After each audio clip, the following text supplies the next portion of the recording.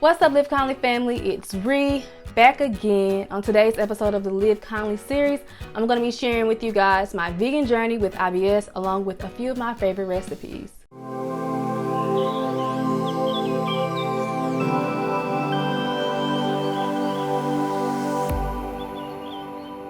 Okay, before we get started, I want to let you guys know that I am not a doctor. I am not a dietitian. I am simply sharing with you my vegan journey with IBS.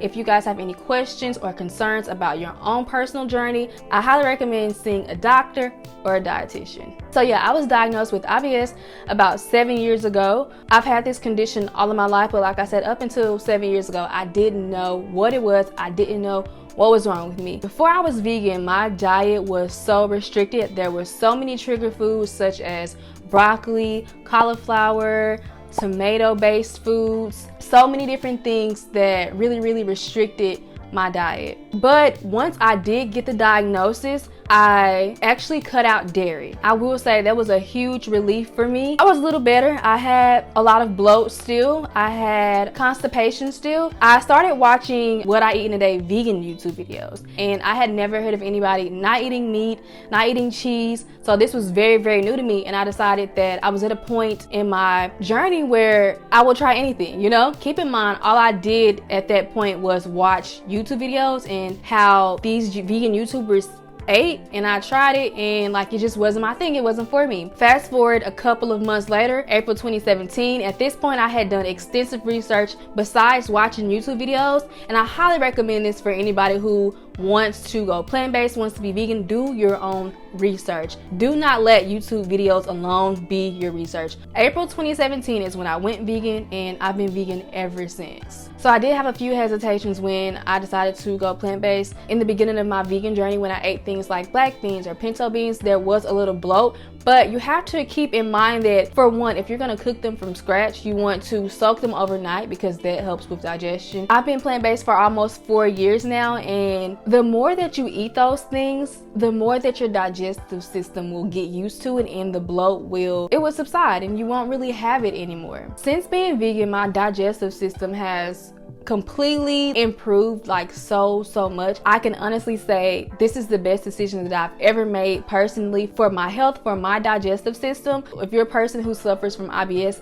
you know that it always feels like there is something in your stomach, that bloat or the food, like you feel it there. It's just so mind-blowing to me how a simple lifestyle change can improve my digestive system, my health, and just my overall well-being. So now that I've talked about my journey, I want to share 2 recipes with you guys that I pretty much eat every week. They're very good for digestion. If you have digestion issues, highly recommend these recipes.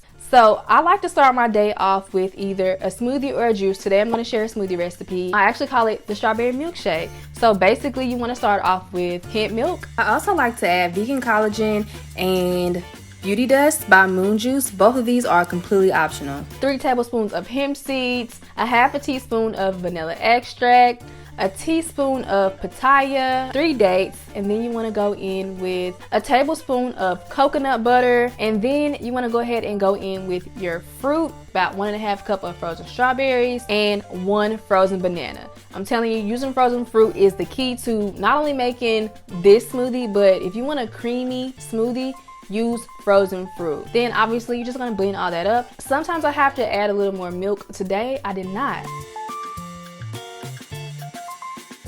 So the next thing that I love to make, it's like little bowls, like I guess Buddha bowls. And I usually just make this using the ingredients that I have at my home. It's really good if you're like at the end of the week and you're trying to have like a fridge clean out. I love these bowls because they allow me to get a lot of veggies in, a lot of variety of vegetables and grains and stuff like that. And that is another thing that is really good for your digestive system. So like I said, this requires a lot of components. So the first thing that we're gonna cook are potato rounds. If you know me, you know I love potatoes, and I put them in pretty much everything. You want to slice your potatoes in about 1-inch rounds, put a little grapeseed oil on them, and garlic salt, smoked paprika, and black pepper, and put them in the oven for about 20 minutes at 450 degrees Fahrenheit. About halfway through, you're going to want to flip it over, season it with those same spices, and let it cook the remaining amount of time. The next thing we're gonna make are barbecue chickpeas. And when I tell y'all, I didn't even like chickpeas